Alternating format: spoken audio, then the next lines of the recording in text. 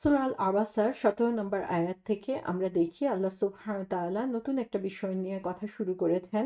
এখান থেকে আমরা দেখি যে ডিরেক্টলি আল্লাহ সুবহানাহু ওয়া তাআলা যারা হচ্ছে অবিশ্বাসী তাদের দিকে ফিরে তাদের ব্যাপারে কথা বলছেন যে তারা রাসূল সাল্লাল্লাহু আলাইহি ইসলামের দেওয়া যে মেসেজ সেই ব্যাপারে তারা ভ্রূক্ষেপ করছে না, সেই ব্যাপারে তারা মনোযোগ দিচ্ছে না। সো তাদের ব্যাপারে আল্লাহ সুবহানাহু ওয়া তাআলা কি রেখেছেন সেটা তিনি সরাসরি এখানে উল্লেখ করেছেন। এর আগ পর্যন্ত ১৬ নম্বর প্রথম থেকে ১৬ নম্বর আয়াত পর্যন্ত আল্লাহ সুবহানাহু ওয়া তাআলা ডিরেক্টলি যদিও রাসূল সাল্লাল্লাহু আলাইহি ইসলামের সাথে কথা বলেছেন, কিন্তু অ্যাকচুয়ালি এটা ছিল কাফিরদেরকে তিরস্কার করা। এবং সেখানে আল্লাহ সুবহানাহু ওয়া তাআলা দেখিয়েছেন যে তারা আসলে এ ধরনের রাসূল সাল্লাল্লাহু আলাইহি ইসলাম তাদেরকে যে মনোযোগ দিচ্ছেন, সেই মনোযোগ পাওয়ার মতো কোনো ধরনের যোগ্যতা তাদের মধ্যে নাই। কারণ তাদের সামনে সম্মানিত কোরআন এসেছে, সম্মানিত ফেরেশতাদের মাধ্যমে, সম্মানিত রাসূল সাল্লাল্লাহু আলাইহি ইসলামের মাধ্যমে, কিন্তু তারপরও তারা এর মধ্যে কোনো ধরনের মনোযোগ দিচ্ছে না। সুতরাং তাদের প্রতি মনোযোগ দেওয়া রাসূল সাল্লাল্লাহু আলাইহি ইসলামের জন্য প্রয়োজনীয় না। এখানে এসে আমরা দেখি আল্লাহ সুবহানাহু ওয়া তাআলা বলছেন, কুতিলাল ইনসানু মা আকফারা। মানুষ ধ্বংস হোক, সে কত অকৃতজ্ঞ। সো প্রথমেই বলা হচ্ছে কুতিলাল ইনসানু। কুতিলা কাতালা শব্দের অর্থ হচ্ছে হত্যা করা। সো এখানে বলা হচ্ছে কুতিলাল ইনসানু, যে মানুষকে খুন করা হোক বা মানুষকে হত্যা করা হোক, তার মানে এই না যে মানুষকে ধরে হত্যা করার কথা এখানে বলা হয়েছে, বরং এটা এক ধরনের শার্প তিরস্কার আল্লাহ সুবহানাহু ওয়া তাআলার পক্ষ থেকে, যে মানুষ ধ্বংস হয়ে যাক। এবং এখানে আমরা দেখি যে এটাকে হচ্ছে পাস্ট টেন্সে বলা হয়েছে। কতিলা শব্দটা হচ্ছে অতীতকালের যে ভার্ব, সেভাবে এটাকে বর্ণনা করা হয়েছে। তার মানে হচ্ছে যে এটা যে অলরেডি মানুষ ধ্বংস হয়ে গিয়েছে, যারা হচ্ছে এই ধরনের পরবর্তী যে কথাটা আসছে সেটার সাথে লিঙ্ক করে, যে তারা হচ্ছে অভিশপ্ত, এবং সে অভিশপ্ত যারা ধ্বংস হয়ে গিয়েছে কারা, সে কথাটা বলা হচ্ছে মা আকফারা। সো এখানে আমরা দেখি যে কুতিলা শব্দটা যেটা, যে এটা এক ধরনের অভিশাপ। অনেক আমরা যেটাকে বদদোয়া বলে থাকি, যে এটা কাইন্ড অফ দোয়া, যে সে ধ্বংস হয়ে যাক। সো এটা হচ্ছে এক ধরনের বদদোয়ার মতো এটাকে বলা যায়, যে আল্লাহ সুবহানাহু ওয়া তাআলা এখানে বলছেন যে মানুষ ধ্বংস হোক। সো এখানে আমরা দেখি যে কোরআনে যখন মানুষের কথা উল্লেখ করা হয়ে থাকে, সো সেখানে আল্লাহ সুবহানাহু ওয়া তাআলা কিছু কিছু জায়গায় যখন ইনসান শব্দটা ব্যবহার করেছেন, সেখানে আহ আহ বেশিরভাগ মানুষের মধ্যে যে ধরনের খারাপ বৈশিষ্ট্য থাকে সেগুলোকে উল্লেখ করার জন্য হচ্ছে ইনসান শব্দটা বলে থাকেন। আবার কোনো কোনো জায়গায় তিনি খুব নির্দিষ্ট কিছু মানুষকে বোঝানোর জন্য তাদের যে খারাপ কোয়ালিটি বা খারাপ গুণাবলী রয়েছে, বৈশিষ্ট্য রয়েছে, সেগুলোকে বোঝানোর জন্য আল্লাহ সুবহানাহু ওয়া তাআলা শুধুমাত্র সেই গুটি কয়েক মানুষকে উদ্দেশ্য করেও ইনসান শব্দটা উল্লেখ করে থাকেন। সো এই যে এখানে আল্লাহ সুবহানাহু ওয়া তাআলা বলছেন, এখানে আমরা দেখি যে এটা ইন জেনারেল আল্লাহ সুবহানাহু ওয়া তাআলা বুঝাতে পারেন যে যাদের মধ্যে হচ্ছে মা আকফারা, যাদের মধ্যে হচ্ছে কাফারার জিনিসটা রয়েছে, তাদের জন্য আল্লাহ সুবহানাহু ওয়া তাআলা খুব শক্তভাবে তাদেরকে তিরস্কৃত করছেন, যে সেই মানুষগুলো, সেই গুটি কয়েক মানুষ, মুষ্টিমেয় মানুষ যারা হচ্ছে এই ধরনের কাজের সাথে জড়িত রয়েছে, তারা ধ্বংস হোক। এবং তারপরে এখানে বলা হয়েছে যে মা কুতিলাল ইনসানু মা আকফারা। মা আকফারা শব্দের অর্থ হচ্ছে কি পরিমাণ অকৃতজ্ঞ সে। সো খুব অবাক হওয়ার মতো একটা বিষয় আমরা এখানে দেখতে পাচ্ছি। সো এটা আরেকটা অর্থ এভাবে বলা যায় যে কি, কোন জিনিস তাকে এই কুফরির দিকে নিয়ে গিয়েছে, অথবা এটাকে বলা যায় যে তার কি এমন শক্তি যে সে এই অবিশ্বাসের কাজ করছে। সো এখানে আকফারা শব্দটি এসেছে যেটা কাফারা শব্দ থেকে। সো কাফারা শব্দটার সাথে আমরা পরিচিত রয়েছে, কুফর শব্দটার সাথে আমরা খুবই পরিচিত। তবে কুফর শব্দটা আমরা যেভাবে বলে থাকি যে অবিশ্বাসী বোঝানোর জন্য, সবসময় কুফরের আসলে কয়েকটা অর্থ রয়েছে।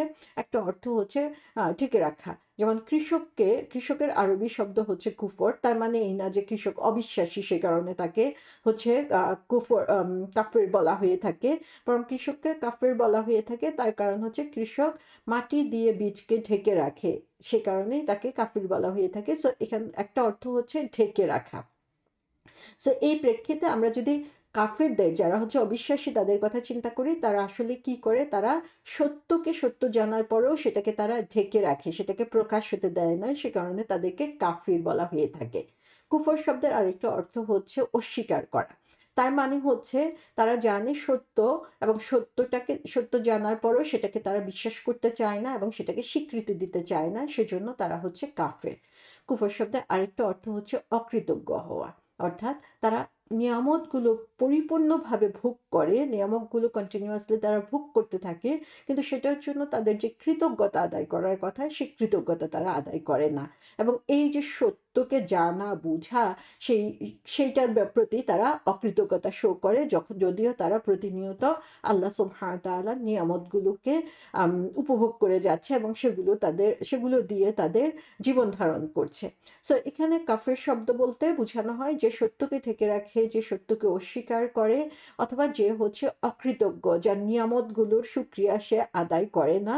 So any one in this criteria, যে তিনটা ক্রাইটেরিয়ার যে কেউই হোক না কেন, তাকেই কাফের বলা হচ্ছে। এবং তার ব্যাপারে বলা হচ্ছে যে হাউ আনগ্রেটফুল, কি পরিমাণ অকৃতজ্ঞ সে, এবং তাদের ব্যাপারেই বলা হচ্ছে যে তারা ধ্বংস হোক। তাহলে কোন ধরনের মানুষের কথা বলা হচ্ছে? যারা হচ্ছে সত্যকে অস্বীকার করে, সত্যকে অবিশ্বাস করে এবং সত্যকে ঢেকে রাখে এবং তাদের নিয়ামতের শুকরিয়া আদায় করে না। এখানে আমরা দেখি যে আল্লাহ সুবহানাহু ওয়া তাআলা মা শব্দটা এখানে ব্যবহার করেছেন। মা শব্দটা দিয়ে আসলে অনেকগুলো অর্থ এখানে বুঝানো হয়ে থাকে। মা শব্দের একটা অর্থ হচ্ছে এখানে যে এর মাধ্যমে হচ্ছে একটা এক্সপ্রেশন, এটা আসলে যে একটা শকিং এক্সপ্রেশন অথবা একটা রাগ, অথবা এটাকে তাজ্জুব, যে মানুষ অবাক হয়ে যাওয়া বুঝানো, সেটাও বুঝানোর জন্য হচ্ছে এই মা শব্দটা। সো এই মা দিয়ে আসলে অনেকগুলো অনুভূতি একসাথে প্রকাশ পাচ্ছে যে ধ্বংস হয়ে যাক মানুষ যারা হচ্ছে যে তারা কিভাবে আম অকৃতজ্ঞ হচ্ছে।